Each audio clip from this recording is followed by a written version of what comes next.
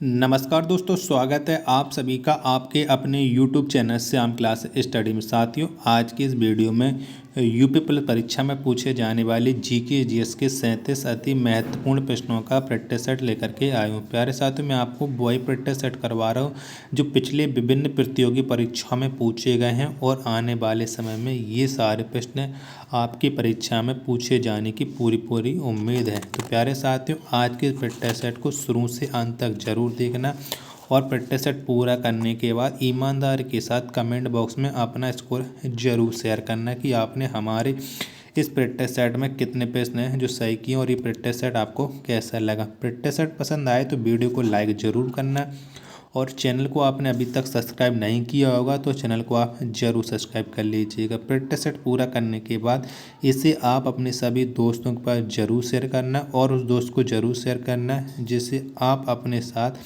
इस बार खाकी वर्दी में देखना चाहते हो, क्योंकि अगर आप सिलेक्शन ले लोगे और अपना दोस्त बेरोजगार रहेगा तो ये बात आपके लिए बहुत ज़्यादा अच्छी बात नहीं होगी। तो आशा करता हूँ आप इस वीडियो को अपने चाहते फ्रेंड यानी क्लोज फ्रेंड को ज़रूर शेयर करोगे। तो आशा नहीं, मुझे पूरी उम्मीद है कि आप सभी लोग ऐसा ज़रूर करोगे। तो इन्हीं सब बातों को ध्यान में रखते शुरू करते हैं आज का अपना ये जीके जीएस के 37 अति महत्वपूर्ण प्रश्नों का प्रैक्टिस सेट। तो पहला प्रश्न है आपके सामने कि औरंगजेब ने अपनी पत्नी के लिए बीवी का मकबरा कब बनवाया था। तो कब बनवाया था? तो औरंगजेब ने अपनी पत्नी के लिए बीवी का मकबरा ये बनवाया था 1678 में। कब? 1678 में। तो एक का राइट आंसर हो जाएगा ऑप्शन नंबर डी। प्रश्न 2 है आपके सामने कि बादल किस मंडल में अवतरित होता है। तो कौन से मंडल में होता है बादल अवतरित? तो ये होता है क्षोभ मंडल में। किसमें? क्षोभ मंडल में। तो 2 का राइट आंसर हो जाएगा ऑप्शन नंबर ए। प्रश्न 3 है आपके सामने कि ओजोन परत वायुमंडल के किस मंडल में पाया जाता है। तो कौन से मंडल में पाया जाता है? तो ओजोन परत ये वायुमंडल में समताप मंडल में पाया जाता है। 3 का right answer option number B हो जाएगा। प्रश्न संख्या 4 है आपके सामने कि पृथ्वी के वायुमंडल का सर्वाधिक घनत्व किस मंडल में पाया जाता है। तो कौन से मंडल में पाया जाता है? तो पृथ्वी के वायुमंडल का सर्वाधिक घनत्व ये क्षोभ मंडल में पाया जाता है। 4 का right answer option number A हो जाएगा। प्रश्न संख्या 5 है आपके सामने कि शिक्षा के माध्यम के रूप में अंग्रेजी की वकालत किसने की। तो किसने की थी? तो शिक्षा के माध्यम के रूप में अंग्रेजी की वकालत ये की थी लॉर्ड मैकाले ने। किसने? लॉर्ड मैकाले ने। तो 5 का right answer option number D हो जाएगा। प्रश्न 6 है आपके सामने कि भारतीय जागृति का जनक किसे कहा जाता है। तो किसको कहा जाता है भारतीय जागृति का जनक? तो राजा राम मोहन राय को। किसे? राजा राम मोहन राय को भारतीय जागृति का जनक कहा जाता है। तो 6 का राइट आंसर ऑप्शन संख्या सी हो जाएगा। प्रश्न संख्या 7 है आपके सामने कि भारतीय प्रशासनिक सेवा किसके शासनकाल में प्रारंभ हुई थी। तो किसके शासनकाल में प्रारंभ हुई थी? तो भारतीय प्रशासनिक सेवा ये लॉर्ड कॉर्नवालिस के शासनकाल में प्रारंभ हुई थी। तो 7 का राइट आंसर ऑप्शन संख्या ए हो जाएगा। प्यारे साथियों, अगर आपको वीडियो पसंद आ रही है तो वीडियो को लाइक जरूर करना। अगला प्रश्न है प्रश्न संख्या 8 है आपके सामने कि राष्ट्रीय विकास परिषद की स्थापना कब हुई थी।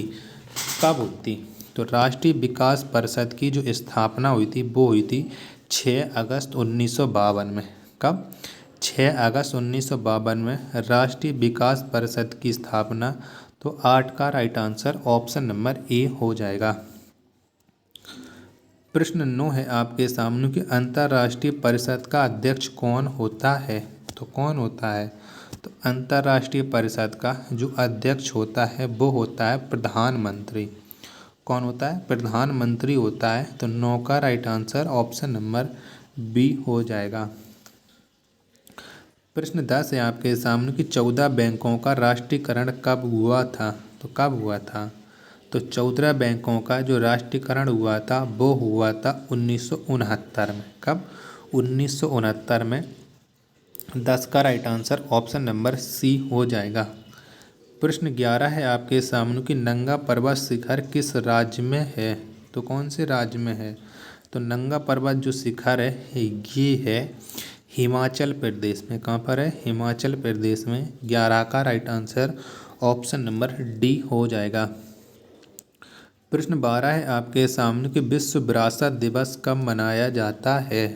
तो कब मनाया जाता है? तो विश्व विरासत दिवस ये प्रतिवर्ष 18 अप्रैल को, कब? 18 अप्रैल को मनाया जाता है। 12 का right answer option number D हो जाएगा। प्रश्न 13 है आपके सामने कि संयुक्त राष्ट्र संघ के महासचिव का कार्यकाल कितने वर्षों का होता है? तो कितने वर्षों का होता है? तो संयुक्त राष्ट्र संघ के महासचिव का जो कार्यकाल होता है ये होता है 5 वर्ष का। कितने का? 5 वर्ष का। तो 13 का राइट आंसर ऑप्शन संख्या सी हो जाएगा। प्रश्न संख्या 14 है आपके सामने कि अंतर्राष्ट्रीय न्यायालय में न्यायाधीशों की संख्या कितनी होती है? तो कितनी होती है? तो अंतर्राष्ट्रीय न्यायालय में न्यायाधीशों की जो संख्या होती है वो होती है 15। कितनी होती है? 15 होती है। 14 का राइट आंसर ऑप्शन संख्या सी हो जाएगा। अगला प्रश्न संख्या 15 है आपके सामने कि कॉलेज ऑफ डिफेंस मैनेजमेंट कहाँ पर स्थित है? तो कहाँ पर है? तो कॉलेज ऑफ डिफेंस मैनेजमेंट ये स्थित है सिकंदराबाद में। कहाँ पर है? सिकंदराबाद में। 15 का right answer option number A हो जाएगा। प्रश्न 16 है आपके सामने कि विश्व की सबसे ऊंचा स्थल किस वेधशाला में है? तो कौन सी वेधशाला में है? तो विश्व की जो सबसे ऊंचा स्थल ये है अपने प्यारे देश भारत में। तो 16 का right answer option number D हो जाएगा। प्रश्न 17 है आपके सामने कि Indira Gandhi centre for atomic research किस राज्य में स्थित है? तो कौन से राज्य में है? तो ये स्थित है तमिलनाडु में। कहाँ पर है? तमिलनाडु में। 17 का right answer option number C हो जाएगा। प्रश्न 18 है आपके सामने कि संगम साहित्य की भाषा क्या थी? तो कौन सी थी संगम साहित्य की भाषा?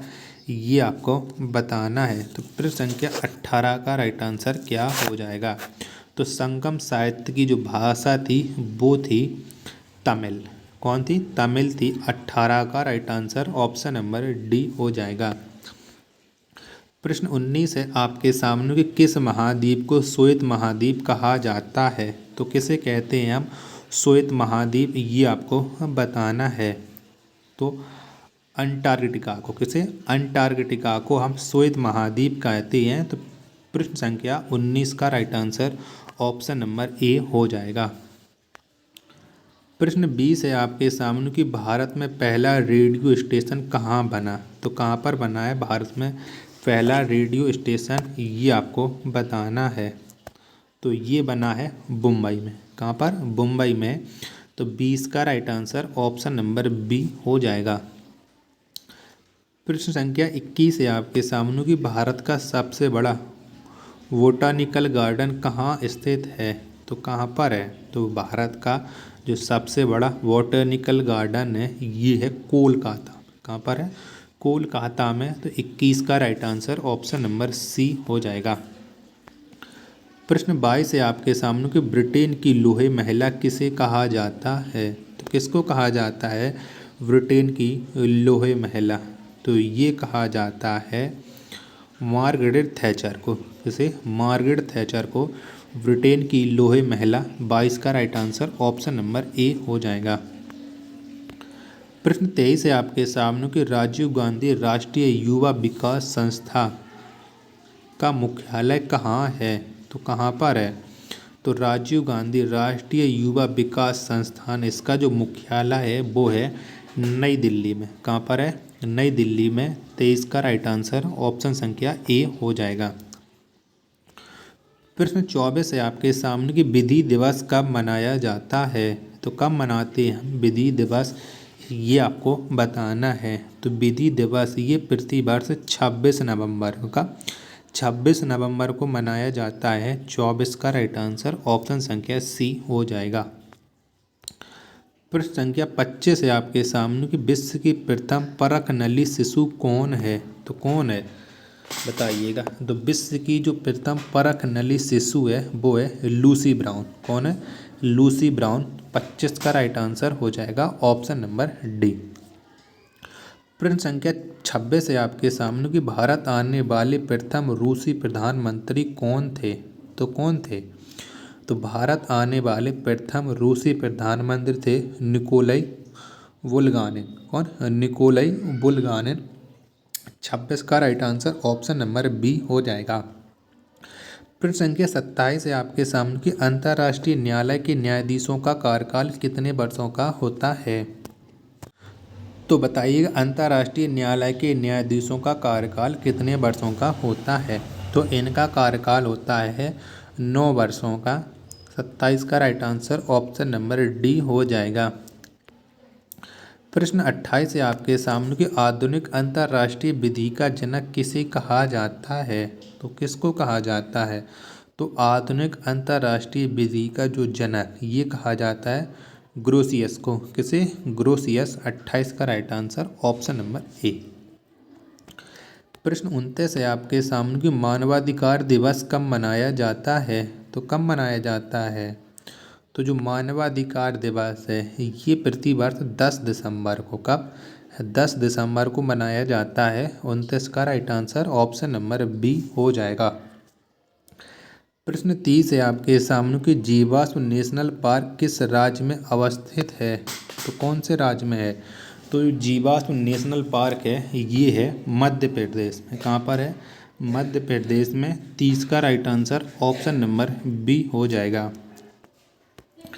प्रश्न 31 है आपके सामने कि पर्यावरण शिक्षा का मुख्यालय कहाँ स्थित है?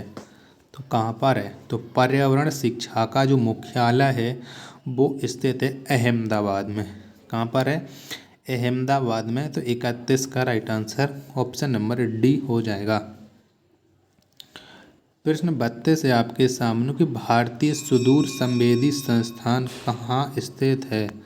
तो कहाँ पर है? तो भारतीय सुदूर संवेदी संस्थान ये स्थित है देहरादून में। कहाँ पर है? देहरादून में। 32 का राइट आंसर ऑप्शन संख्या सी हो जाएगा।